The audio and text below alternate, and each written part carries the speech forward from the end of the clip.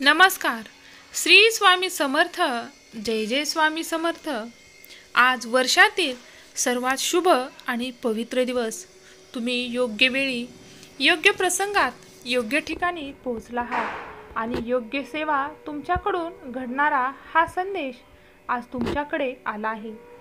कारण हा संदेश तुमच्यापर्यंत पोहोचवण्यासाठी स्वामी या दिवसाची खूप दिवसापासून वाट पाहत होते आणि तो दिवस आज आला आहे. आज गुरुवार. उद्या तुमच्या आयुष्यात येणारा सुखाचा क्षण आजपासूनच सुरू होतोय.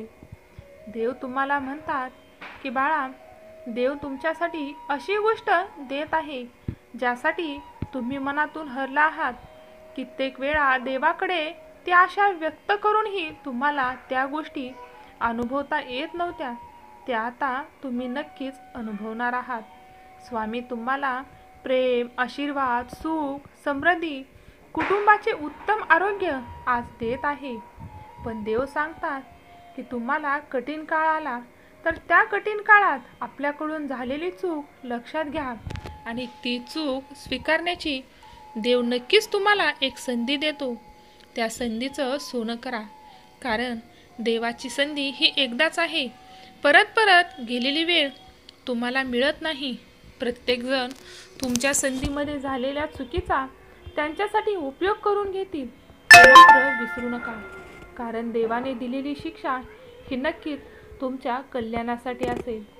तुम्हाला त्यांची योजना, त्यांचे भविष्य समजणार नाही, पण देवावर विश्वास ठेवलात तर खरोखर तुमच्यापासून देवाचे कुठलेच गुपित लपणार नाही.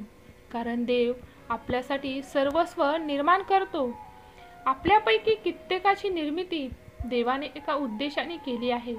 आणि जेव्हा तुम्ही देवाला सांगतात की मला जीवनाकडे बघण्याचा दृष्टिकोन दे, मला सकारात्मकता दे, तेव्हा देव तुम्हाला नक्कीच देईल.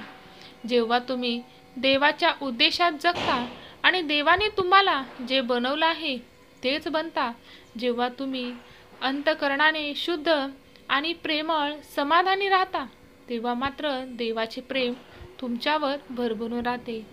आता देव तुम्हाला म्हणतात की तुला कितीही वाईट परिस्थिती असू दे, एकट्याला वाटत असेल तरीही घाबरू नकोस, कारण मी नेहमी तुझ्या सोबत आहे. यापुढे तू संकटाला घाबरू नकोस. जेव्हा देव तुम्हाला आशीर्वाद देण्याचा निर्णय घेतात तेव्हा तो नेहमीच तुमच्या बाजूने परिस्थिती बदलण्याचा प्रयत्न करतात आणि संकटांना तुमच्यापासून दूर ठेवण्यासाठी ते नेहमी एक पाऊल टाकून तुमच्याकडे येतात. तेव्हा इतरांनी कितीही प्रयत्न केला आणि तुम्हाला हलवण्याचा प्रयत्न केला तरी देव त्यांना रोखून ठेवतात आणि तुमचे यश तुमच्यापर्यंत आल्याशिवाय राहत नाही. तुमची परिस्थिती देवाच्या हातात आहे आणि देव तुम्हाला असफल कधीच होऊ देणार नाही. तेव्हा देव म्हणतात की तुम्ही आता अंथरुणाला खिळून आहात आणि नियंत्रणाबाहेरच्या परिस्थितीला कसे सामोरे जायचे याचा तुम्ही विचार करत आहात. पण शांत राहा. विचार करा, देवाने तुमच्या पाठीवर हात ठेवला आहे तर ते नेहमीच तुम्हाला साथ देतील आणि मार्गदर्शन करतील. तुम्ही आणि तुमचे कुटुंब चांगले व्हाल तेव्हा फक्त उभे राहा. लढाई चालू ठेवा. लढत राहा. घाबरू नका. विजय तुमचाच असेल. तुमच्यापैकी कित्येक जण देवाचे अद्वितीय, अप्रिय या गोष्टी सोडून स्वामींचं मूल आहेत. देव तुम्हाला वैयक्तिकरित्या ओळखतात. तुमचे मन ते जाणतात. ते तुम्हाला आणि तुमच्या गरजेनुसार प्रोत्साहन, सुधारणा आणि संधी देतात. तुम्ही किती कष्ट, वेदना सहन केले आहे हे देवाने पाहिले आहे. जरी तुम्हाला कोणी त्रास दिला असेल तर हारू नका, कारण तो त्रास संपूर्ण नष्ट करणारा देव तुमच्यासोबत आहे. आणि तुमच्याबद्दल कोण वाईट बोलत असेल तर त्यांचे विचार सुखात, आशीर्वादात बदलण्याची ताकद फक्त स्वामींकडे आहे. कारण हा देव असा आहे की जिथे अशक्य असे तुम्हाला काहीच मिळणार नाही. मग तुमचा विश्वास असेल तर स्वामी, तू खूप ग्रेट आहेस अशी कमेंट करायला विसरू नका. स्वामींचे आशीर्वाद तुम्हाला भरभरून मिळतील.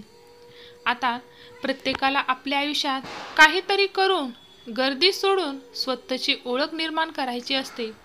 अशा दृढनिश्चयी आणि प्रबळ इच्छाशक्तीच्या लोकांना कोणतीही प्रेरणादायी संदेशाची गरज नसते आणि म्हणूनच देवाने हा संदेश तुमच्यापर्यंत पाठविला आहे.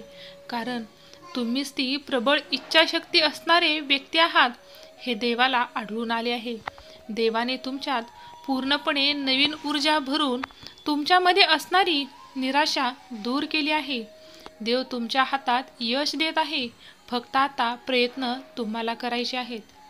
यशाची सर्वात महत्त्वाची गोष्ट ती म्हणजे कठोर परिश्रम आणि जो कोणी कठोर परिश्रम करतो त्याच्याकडे यश नक्कीच आकर्षित होते. ज्याने स्वतःचा खर्च केला जगाने त्याला देशाच्या पाठीवर आणि नक्कीच आपल्या मनामध्ये कोरला आहे. म्हणून यश मिळवायचे असेल तर कुठल्याही धोक्याच्या रस्त्याने न जाता फक्त कष्ट, मेहनत आणि कठोर परिश्रम याच रस्त्याने चालत राहा. एकतर तुम्ही तुमच्या प्रवासात गुंतून राहा, नाहीतर लोक तुम्हाला त्यांच्या प्रवासात सामील करतील आणि जीवनात तुमचे असणारी सूत्र बिघडून टाकतील. जीवनात असलेली सूत्र नेहमी लक्षात ठेवा. प्रवासात अडचणी आल्या तर हिंमत ठेवा. कोणी रस्ता अडवला तर धीर वाढतो. विकायला आलात तर हिंमत अनेकाची टाकून जातात. फक्त विकण्यासाठी पुढे या. मग तुमची किंमत हे समाज न ठरवता तुम्ही स्वतःच तुमची किंमत ठरवू शकता. तुम्हाला जर तुमचे यश गाठायचे असेल तर तुमच्या पंखामध्ये उडण्यासाठी धैर्य ठेवा आणि उडायचेच असेल तर वाटेवर येणारी काटे, खळगे आणि वादळ हे सोसावेच लागेल याची मात्र तयारी ठेवा. तुम्हाला तुमचे योग्य स्थान मिळेल जर तुम्ही एकटेच पुढे निघालात आणि पुढाकार घ्यायलात तर तुमच्या मागे हजारो लोक यायला तयार होतील. फक्त सर्वात पहिले तुम्ही पुढे येण्याचा प्रयत्न करा. कष्ट करत राहा. चांगल्या लोकांच्या सोबत राहा. चांगले विचार आत्मसात करा. देव तुम्हाला चांगल्या गोष्टी आणि चांगले विचार नेहमी पुरवत राहतील. फक्त देवाकडे आलात तर देवाला मात्र विसरू नका. कारण हा देव साक्षात तुमचा गुरु आहे. दुसऱ्याच्या बोलण्याने तुम्हाला कोणी दुःखी करत असेल तरीही तुमचा इतिहास कसा रचायचा हे मात्र देवाला माहिती आहे. त्यामुळे लक्षात ठेवा, अंतर कापल्याशिवाय तुम्ही फार दूर जाऊ शकत नाही. जर तुम्ही अपयशाकडे लक्ष दिले नाही तर तुम्हाला यश हे कधीच मिळणार नाही. आणि अपयश ज्याने लक्षात ठेवले तो कधीही आपल्या जीवनातले दुःख विसरत नाही. फक्त दृष्टी बदला, विचार आपोआप बदलतील. कारण ज्याचे विचार जसे आहेत तसेच जग त्याच्यासाठी निर्माण होते आणि तो त्याच मार्गाने जात राहतो. त्यामुळे विश्वास ठेवा, प्रेम करा. पण विश्वास आणि अंधविश्वास यामध्ये फरक आहे ते मात्र ओळखून ठेवा. प्रेम करा, पण कधीही प्रेम हे ज्याचा आपल्यावर विश्वास आहे त्यांच्यावरतीच करा. जिथे तुमची किंमत नाही तिथे तुम्ही कितीही प्रेम दिला तर शेवटी तुम्हाला तिथे धोका आणि विश्वासघातच मिळणार आहे हे मात्र विसरू नका. धन्यवाद.